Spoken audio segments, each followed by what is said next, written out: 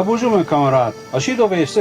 Va-t-il bien au J? Ah, mais j'ai ben tapé à l'île Moron, parce que ça fait longtemps qu'ils ont quitté. Où est-ce que vous êtes, mon jeune? Grémoisseau, dans la province de Brabant. C'est tout près de Bruxelles. Ah, je connais bien cette place-là. Mais, ça n'est de bon temps pour un homme qu'il faut travailler là-bas, hein? Voyager jusqu'à Stur. Est-ce que vous avez jamais songé pour une nouvelle place pour Vicky? Je vais donner le papier ici que j'ai ramassé. Ça explique qu'on a bon terre là-bas que pour y acheter en Amérique. Nous avons de bois de ça, et ça rien qu'un dollar et 25 cents pour un arpent. Nous avons de l'arpent là-bas, la place que nous nommons Wisconsin. Ah ben, comment est-ce que ça pouvait ça? Seulement, pour 9 le lin et le solia, ça doit le bien quand même.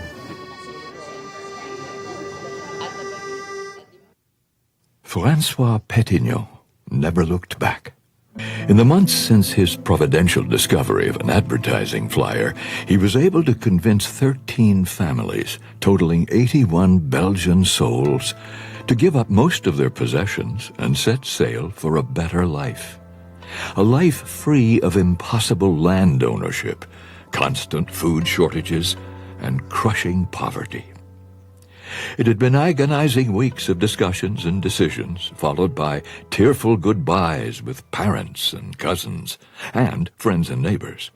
When the ship Quinnebog set sail on May 13th, 1853, on it rode the hopes and dreams and futures of what would become almost 10,000 Belgian pioneers. The name of the ship was the Quinnebog, and they knew they were going to Wisconsin, but that's really all they knew. They met Dutch people who were also on this ship, and those people were going to Wisconsin too, but they were going to Sheboygan.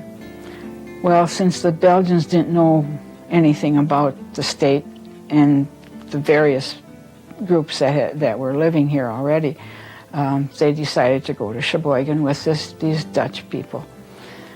But when they got to Sheboygan, it was German-speaking. And here were these French-speaking Walloons from Belgium, didn't understand the language, and most of the good land was already taken. So they were told that there were French-speaking Canadians in Green Bay. They decided that that's where they'd have to go then. So I think for the most part they walked from Sheboygan to Green Bay. The land they finally chose was located about 20 miles northeast of the Green Bay settlement. They built rough shelters, it was told, of branches and twigs built in an inverted V. They would dig wells in the swamps, and twigs and branches were their beds. And that's the way they were until the menfolk cut enough trees down in order to start building a small log cabin. They chinked it with mud, and they had to call this home. The first years were hard, and then there was a cholera epidemic, and so that put an ebb on the immigration for a while. But because the letters didn't get back and forth to Belgium very fast, the number of people that came just kept increasing. So there were upwards of 8,000 to 10,000 Belgians that left their country within an 8-year time period. An imperfect triangle, approximately 15 miles on a side, with corners near Red Banks on the southwest, Casco on the southeast, and Little Sturgeon to the north. The land covered about 100 square miles in parts of Door, Kewaunee, and Brown counties. This was and is the Wisconsin Belgian settlement, the largest rural Belgian settlement in the entire United States.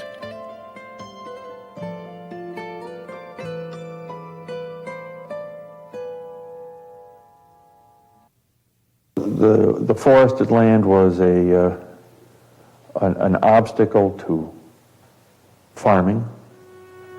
And the typical sequence would be to clear some land, to burn the trees, burn out the stumps, use it for pasture, eventually clearing a little bit more land, that being used for pasture and the previous cleared land then put into crops.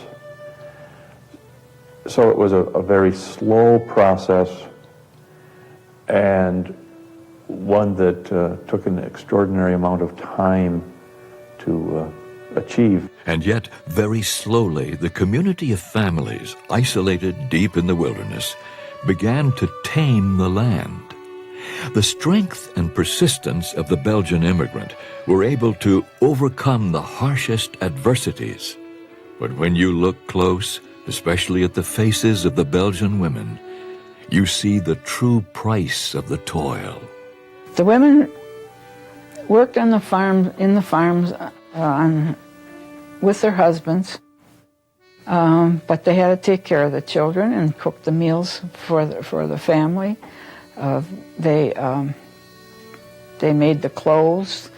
Men made wooden shoes, but the women made the clothing and carried the vegetables to market and carried the wheat in bushel baskets on their heads from the farm to the mill where it was ground into flour, and then they had to carry it back home again.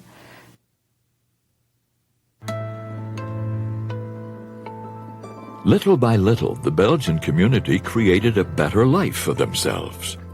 In less than 20 years, forest paths would become wagon trails. Additional income would come from shingles produced by the families from the native trees. In 1868 alone, over 4 million shingles would be shipped from just the Brussels area. This income would allow the Belgians to improve their homes and buildings and allow the erection of local schools and churches. Certainly the early days of grubbing out a mere sustenance were ending. Until the evening of Sunday, October 8th, 1871. They had been battling the fires that whole summer of 1871. Now, these fires were starting spontaneously all over because of the dryness. It hadn't rained for many months. But this one was different. It started off very slowly, and then suddenly a huge wind came up, and it ignited all the smaller fires and made it into one large fire, and it came upon the whole Belgian community in a sudden conflagration of wind and fire. In a single evening, 200 people killed, 5,000 people instantly made homeless. Nearly every home and building in the Belgian settlement destroyed. The fire was devastating for these people after having been here.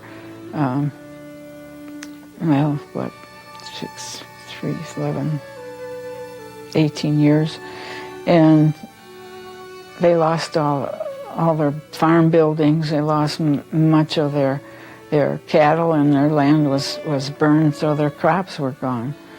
And many people lost their lives. It was difficult on both sides of the bay. In nature, after a forest fire, what springs up from the blackened earth can be something altogether new and delightful. In the case of the Belgian community, that would be the new brick-faced houses that dominate the region to this day.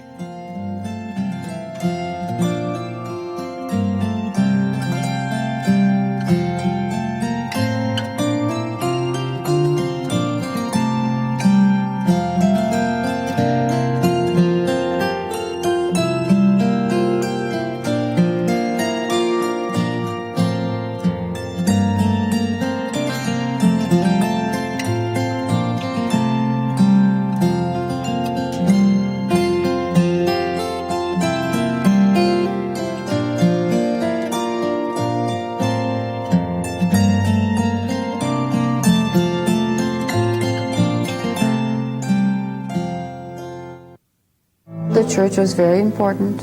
We never missed Mass unless you were sick. In the Belgian community, the first 2/3 of the 20th century were all about maintaining traditions. And as always, at the center was the church. You never missed Mass.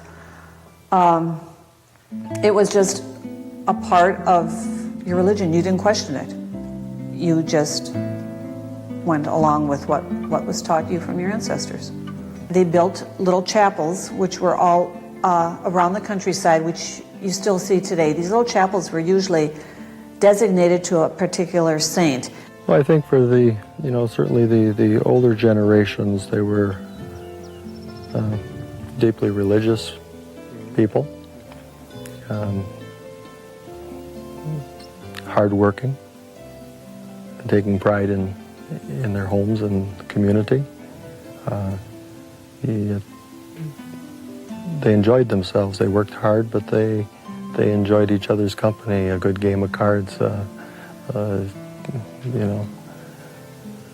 stop in the local tavern next to the church after Mass. I think just about every little church around has a bar close by that they enjoyed a social gathering.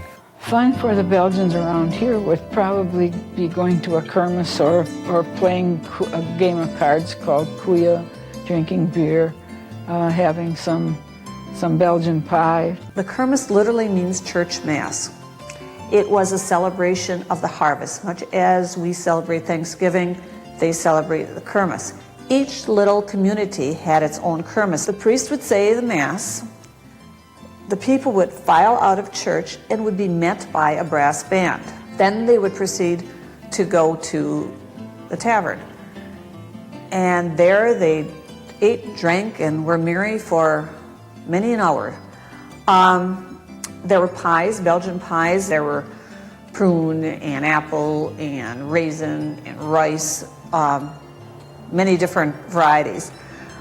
In the old days, they also had contests of wrestling down a greased pig or climbing up a greased pole.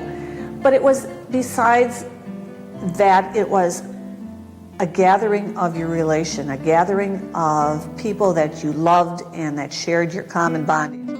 And you would have a meal, and you would celebrate the fact that you had survived another year. Ask any Belgian about Belgian food, and the answers you get back are very passionate. It was just a time to get together, and they drank beer, ate booyah, trip and jut and cassette and head cheese and whatever else, they made, pig's feet. Lots of pork, lots of beef, lots of poultry, an awful lot of bakery. It was during special occasions that my grandmother and my mother and my aunts and cousins or whatever would make the Belgian pies, and they'd make 100, 150 Belgian pies at a time, and every place in the house, every table, every counter, every couch, every chair had a Belgian pie on it, so you couldn't sit down, but it sure smelled good. So, man, that's as good as it gets. I can sit down, and the Belgian pies aren't real big. They're probably maybe 8-10 inches in diameter. But it wouldn't be unheard of me sitting down and finishing off a pie all by myself. Fully 100 years after the Great Fire of 1871, the most amazing aspect of the Belgian settlement was that it was all still completely intact. The research that I did in the 70s indicated that of the population, 80% of the population within that area on the farm, of farm population, was of Belgian descent. That is an incredibly high statistic. 80% within that area. You don't get figures like that unless you're looking at perhaps a very close-knit conservative religious group like the Hutterites or Mennonites or Amish, or perhaps a Native American reservation. You get figures like that. But as an ethnic island, that's really quite remarkable. I had 40-some first cousins just on my mother's side, and we'd get together every Christmas, every Easter, every time there was a wedding. We still get together for a family picnic. and it's big enough to almost be the size of a whole community gathering. So, you know, we still have close family ties. You know, that was one thing that I like. I still brag about being full-blooded Belgian once in a while. They spoke to Walloon together all the time, my parents and grandparents. And being the oldest one in the family, when I started grade school, I couldn't speak a doggone word of English. But every time you'd go anyplace, church or family get-togethers, all the older people spoke Belgian, and we didn't understand a word they said. You know, we picked up a few words, but they weren't exactly the best words to be repeating. You know, I mean, everybody spoke Belgian. I mean, even the cows wouldn't move unless you swore at them in Belgian. Belgians are generally known as stubborn, penny pinching, hang on to their money, but they're kind-hearted, they're good souls, they'll help anybody. It's character that we have to look at, and certainly a work ethic that is second to none, hard-working. And not only the work ethic, but the reliance on craftsmanship and high-quality work is a characteristic that I would identify. 10,000 Belgian immigrants in less than 10 years settled about 100 square miles of American wilderness, clearing the land, raising large families, praising their Lord for the gift of a new life. Through backbreaking labor, through disease, drought, and then destruction by fire, carrying on the traditions of their ancestors for over 150 years and beyond.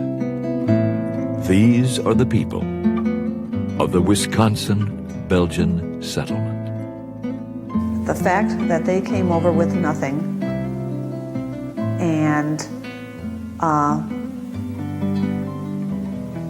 made nothing into something and had land and property, and they weathered so many hardships. I'm proud to be a Belgian because they've overcome so much.